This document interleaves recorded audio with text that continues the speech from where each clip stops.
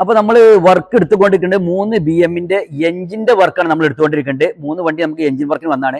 അപ്പോൾ ഒരു വണ്ടി BM-ന്റെ GT ആണ്, ഒന്ന് 520, വേറെ ഒന്നും കൂടെ 520 ആണ് വന്നുള്ളത്. അപ്പോൾ ഇതിന് എഞ്ചിനൊക്കെ കംപ്ലൈന്റ് വരാൻ കാരണം ഒന്ന് റണ്ണിങ്ങിൽ ടൈം ചെയിൻ പൊട്ടിയതാണ് ഒന്ന് കാരണം, ഒന്ന് അതിന്റെ ഓയിൽ പമ്പ് കംപ്ലൈന്റ് ആണ്, വേറൊന്നും അതിന്റെ ഓയിൽ പമ്പ് കംപ്ലൈന്റ് ആണ്. അപ്പോൾ ഈ ഒരു സർവീസ് ഒക്കെ നമ്മൾ കറക്റ്റ് ചെയ്യുകയാണെന്നുണ്ടെങ്കിൽ ഇത്തരം വർക്കുകൾ വരാൻ സാധ്യതയില്ല.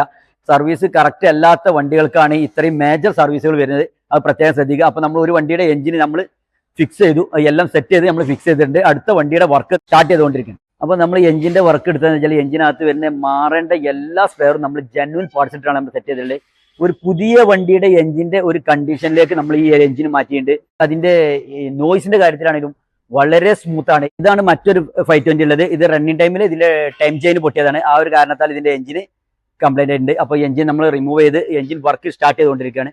അപ്പോൾ ഇത്തരം BM-ന്റെ ആയാലും ബെൻസിന്റെ ആയാലും ഏത് പ്രീമിയം വണ്ടിന്റെ ആയാലും നമ്മൾ എഞ്ചിന്റെ എന്ത് വർക്ക് ഉണ്ടെങ്കിലും നമ്മൾ AMG ആയിട്ട് ബന്ധപ്പെടുക. ഇതുപോലെ നമ്മൾ പക്കയായിട്ട് നിങ്ങളെ വണ്ടി നമ്മൾ സെറ്റ് ആക്കിയാണ് തരും.